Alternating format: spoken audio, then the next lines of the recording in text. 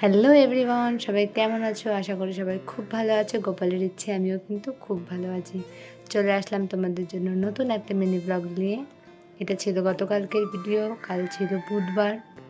প্রত্যেক দিনের মতো আমি কালও 7:30 নাগাদ ঘুম থেকে উঠেছিলাম। যবে থেকে আমি ভিডিও করা শুরু করেছি, একটা জিনিস আমি খুব নোটিস করেছি যে তোমার আর কিছু হোক আর না হোক, তোমার কথা বলার স্কিলটা অনেকটা ইমপ্রুভ হয়। আমার যে পুরনো ভিডিওগুলো রয়েছে সেগুলো তোমরা যদি দেখো তাহলে বুঝতে পারবে যে আগে আমি খুব জড়সড়ভাবে কথা বলতাম। কথা বলতে ঠিক বুঝতে পারতাম না যে কী বলতে হবে।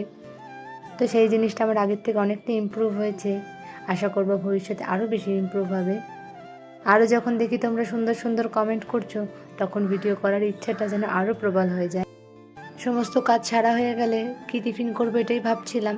তখন দেখি ফ্রিজে কাল রাতের বেশ কিছুটা ভাত বেঁচে গিয়েছিল। তো ভাবলাম সেটাকে একটু পেঁয়াজ আর আলু দিয়ে ভেজে সেটা দিয়ে আজকের ব্রেকফাস্টটা সেরে নেব। তো ঝটপট ব্রেকফাস্টটা সেরে চলে যাব স্নানে। স্নান সেরে পুজো সেরে আবার দুপুরে রান্নাও আছে।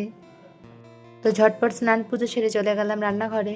কাল এনেছিল ট্যাংরা মাছ, সেটাই আলু বেগুন দিয়ে একটু ঝোল মতো করবো, আর তার সাথে ওল চিংড়ি দিয়ে একটা তরকারি করব। তোমাদের সাথে এরকম ছোট্ট ছোট্ট ভিডিও শেয়ার করতে খুব ভালো লাগে।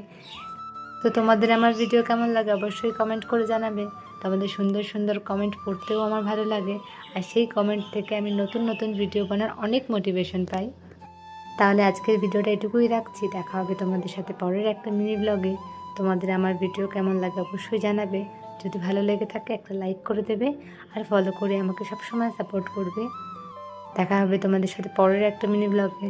সবাই ভালো থাকবে, সুস্থ থাকবে, আর এভাবেই আমার পাশে থাকবে, আমাকে সাপোর্ট করবে। টাটা।